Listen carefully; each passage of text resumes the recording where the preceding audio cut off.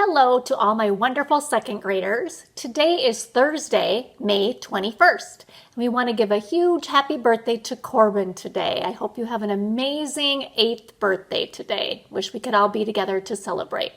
Have a great day. Today we're going to get right to it. We are going to read a story that's one of my favorite stories, and it's called The Principal's New Clothes, and it's a really funny story. It's actually an updated version of an old folk tale called The Emperor's New Clothes.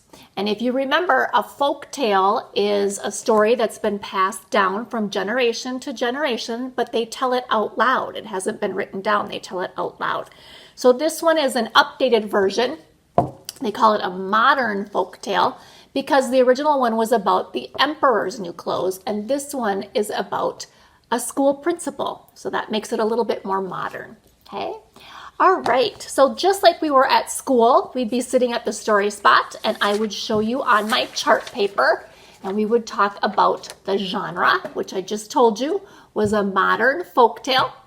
The setting takes place at school, and there's some vocabulary words that I want you to listen to as we read this story that I want you to know. So the first one is called drafty, and maybe you know what drafty means. That's when a cold wind or a breeze blows and it makes you kind of chilly.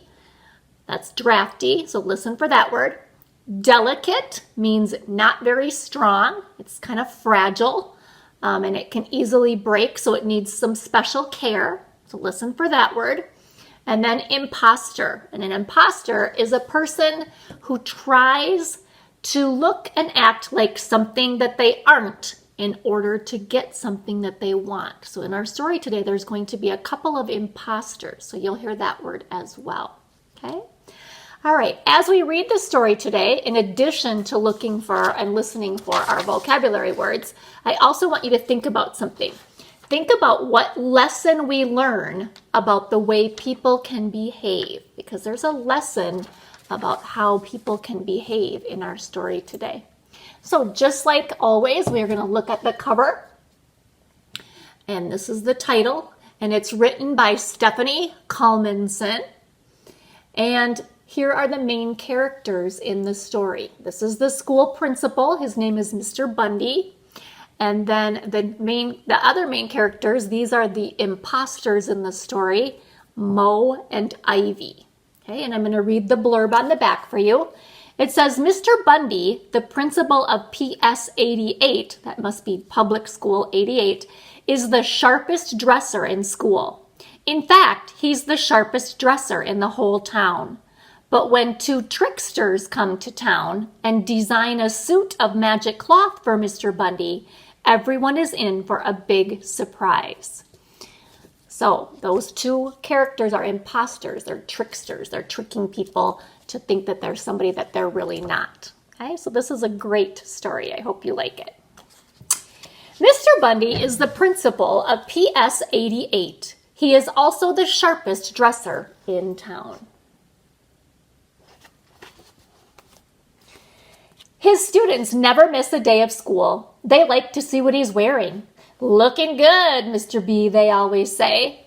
Mr. Bundy has so many clothes he can go a whole month and not wear the same suit twice. Sometimes he changes at lunchtime just to show off.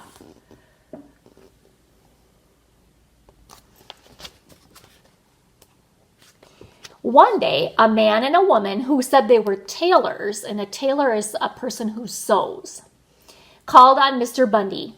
Their card said, Mo and Ivy, we make suits that suit you fine. But they were not really tailors. They were tricksters. Greetings, Mr. B, said Ivy. How would you like to buy an amazing, one-of-a-kind suit? I have so many suits already, said Mr. Bundy. Ah, but this is no ordinary suit, said Mo. It has special powers. What do you mean? Asked Mr. Bundy. Mo looked to his right. He looked to his left. Then he whispered in Mr. Bundy's ear, We make our clothes from special cloth. It is invisible to anyone who is no good at his job or just plain stupid? Really? Said Mr. Bundy. Now, I have a question as a reader, because remember, good readers always ask questions as they're reading. Why did he look to his left and to his right? Why did he do that? Do you think it's because he wanted to see if anyone else was listening?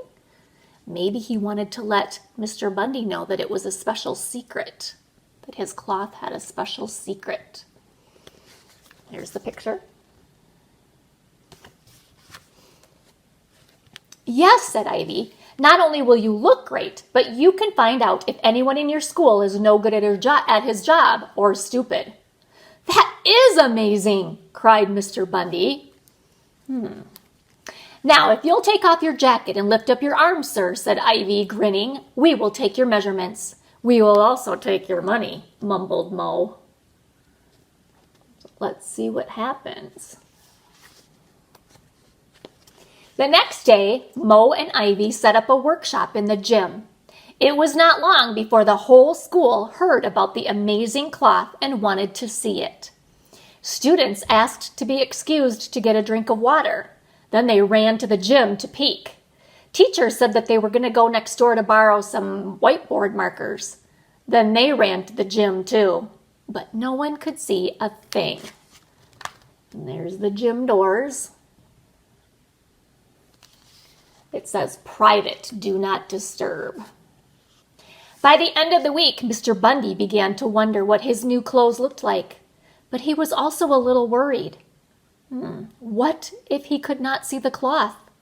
So he sent his vice principal, Ms. Moore, to have a look. Ms. Moore was smart and good at her job, so she would have no trouble seeing the special cloth. Because remember, if you could see the cloth, that meant that you were smart and good at your job. And if you couldn't see it, that meant you were stupid and not good at your job. Ms. Moore hurried to the gym. She knocked on the door. Mr. Bundy sent me to see his new clothes, she called over the noise of the whirring sewing machines. A moment later, the door opened a crack, and Ms. Moore slipped inside. What do you think? Asked Mo. Have you ever seen anything like it? Uh-oh, what's happening? Do you think Ms. Moore can see anything? Poor Ms. Moore. She could not see a thing. Can it be that I am stupid or unfit for my job, she wondered. I've tried so hard to be a good vice principal. So now she's doubting herself, isn't she? She took off her glasses, wiped them, and looked again. But it was no use. Ms. Moore had to think fast. If she told the truth, she might get fired. So what would you do if you were Ms. Moore, boys and girls? Would you tell the truth? Or would you lie and pretend that you saw it just to make yourself look smart? It's beautiful, she said. I'm going to tell Mr. Bundy right now how much I like his new clothes. So there's the picture. You can see on the hanger there's no cloth there, right? So she had to decide what she was going to do, and she's going to lie and say it's beautiful. She doesn't want to look stupid. Your suit is great, Ms. Moore told Mr. Bundy. I've never seen anything like it, and now I've got to run and make a phone call. Bye. So she wanted to hurry away, right? Because she knew she wasn't being truthful. She hurried off before Mr. Bundy could ask any questions. Now Mr. Bundy was more curious than ever.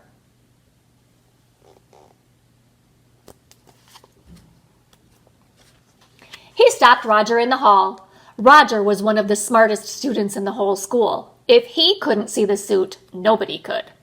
Say, Roger, said Mr. Bundy, do me a favor and find out how my new suit is coming along. Roger couldn't believe his ears. Wow, he said. I'll be the first one to see the principal's new clothes. Wait till the class hears about this. And he raced off to the gym.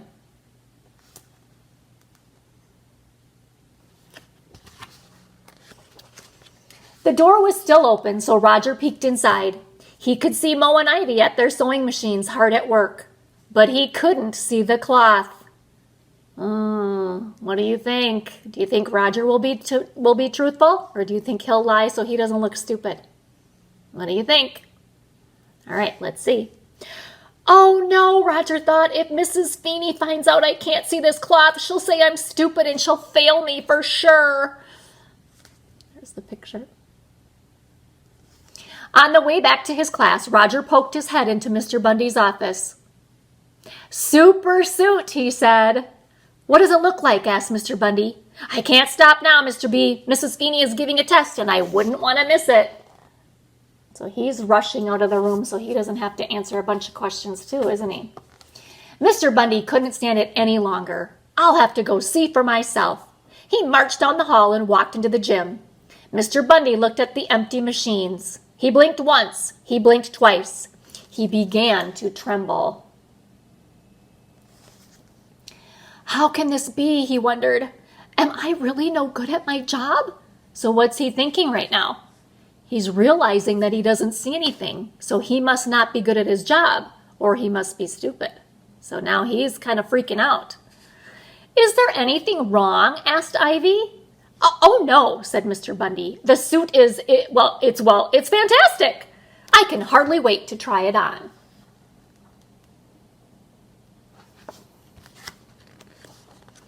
Mr. Bundy handed Mo and Ivy 2 gold stars to show how much he liked his new suit.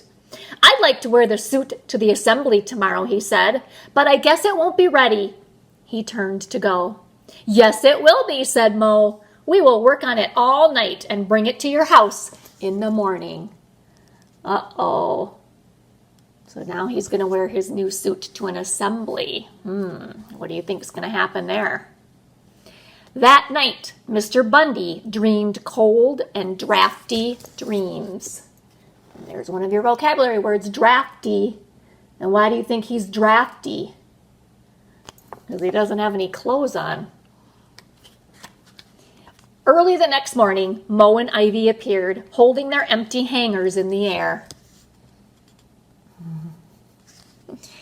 Ivy waited in the other room while Mo helped Mr. Bundy put on his new clothes.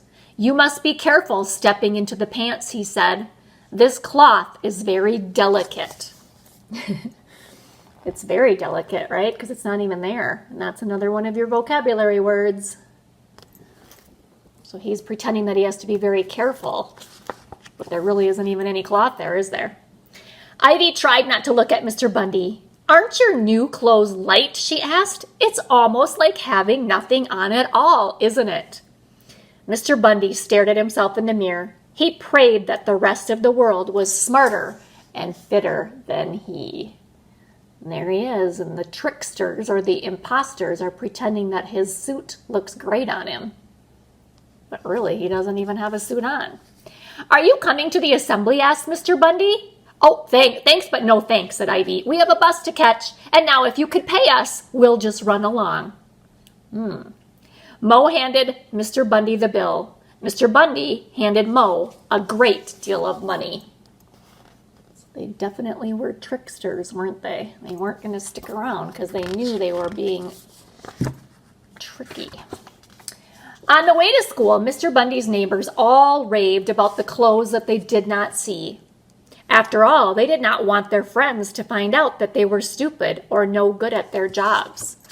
Okay, so no one is willing to tell him that he doesn't really have a suit on and that he's walking around in his underwear because they don't want to admit that they are stupid or that they're not good at their job. That's what they think will happen if they tell him that he doesn't have a suit on. Mr. Bundy walked into the auditorium. As he walked down the aisle, he could hear whispers all around him. Mr. Bundy thought that he must be the only stupid person in town. So poor Mr. Bundy, he thinks he's the only one that can't see the suit. So he's feeling really bad, isn't he? Because he thinks that he's not good at his job. Suddenly, a kindergarten child called out. What do you think that kindergarten child's going to say? The principal's in his underwear! You're right if that was your prediction. That did it. Everyone burst out laughing. The truth had been told. Mr. Bundy and the teachers and students knew that they had been tricked. No one had been willing to tell the truth because they were all worried about what others would think of them. It's kind of a good lesson there, isn't it? Mr. Bundy stood on stage, red in the face, knees shaking from the chill but not for long. So that kindergarten child is the only one that bothered to tell the truth. Can you imagine Mr. Wolf standing at an assembly with just his underwear on? That would be weird, wouldn't it? The kids and the teachers wanted to help Mr. Bundy. They began passing up shirts and sweatpants, jackets and ties and caps. Soon, Mr. Bundy had a new suit. "Looking good, Mr. B," called Roger from the back row. Mr. Bundy called the kindergarten child up to the stage. He shook her hand and gave her a gold star. "Thank you for telling the truth, Alice," he said. Everyone cheered. They knew Mr. Bundy was smart and good at his job. And there they are, all passing up clothes. And that's what his new suit looks like, because they were all generous and gave him some of their clothes so he wouldn't be in his underwear. And they all agreed Mr. Bundy was still the sharpest dresser in town. So that was a really good story, wasn't it? At the beginning, you were supposed to think about a lesson that we can all learn from our behavior. Okay, so hopefully you learned to always have trust and confidence in yourself, right? Because that was part of the problem. Mr. Bundy was so worried about what everyone would think of him that he lied and said he could see it, even though he couldn't see the suit. Okay, so always be confident in yourself and trust yourself.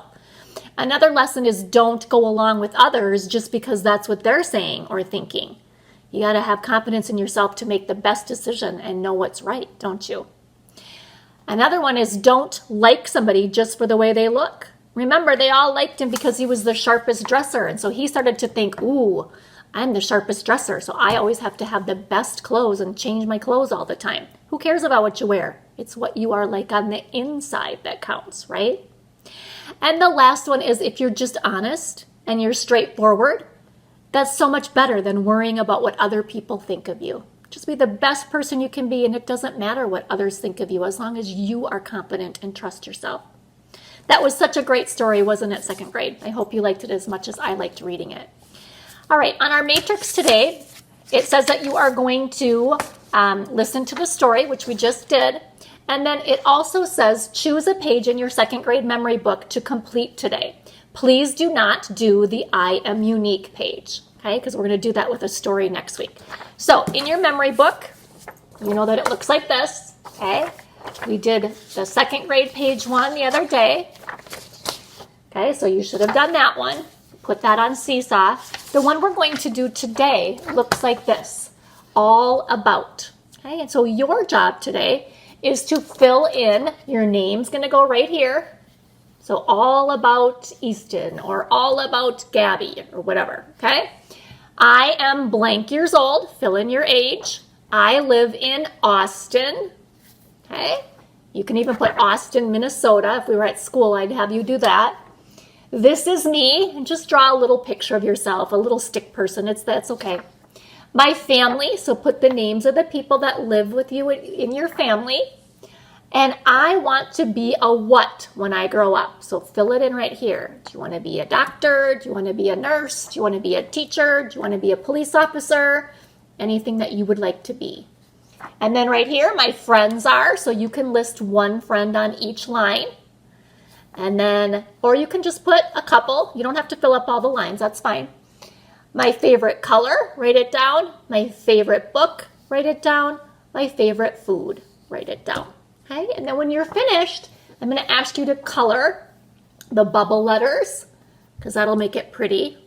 And then at school, I'd be pretty specific about where I wanted you to color. Just don't color over the words so much that I can't see your words because that's the most important part of the page is what you write, not your coloring. Okay, so maybe if you wanted to color this strip up here or along the outside of the star so that you're not drawing over your picture, maybe right here you could color this part.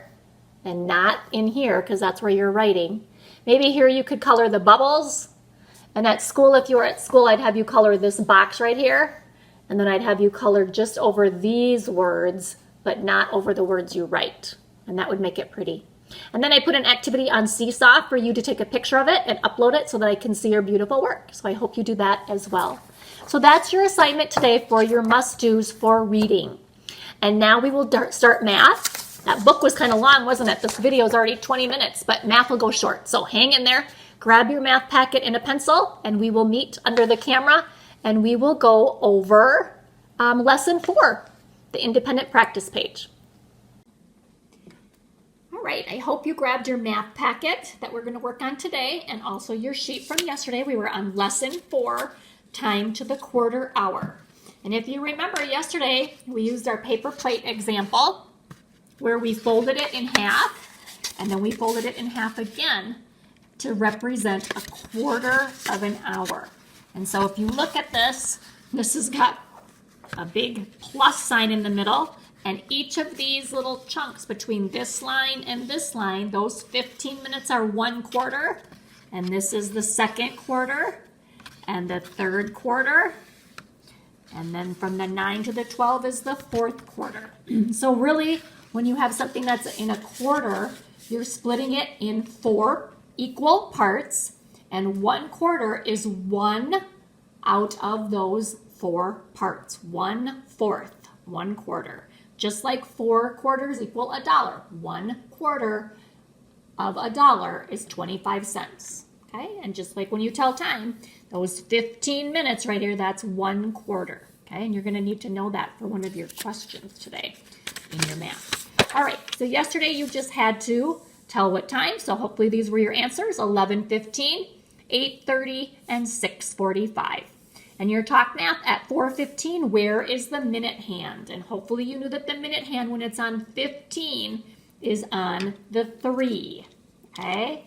Because we know that when we count 5, 10, 15. So hopefully you knew that that is what that meant. The minute hand needs to be on the 3.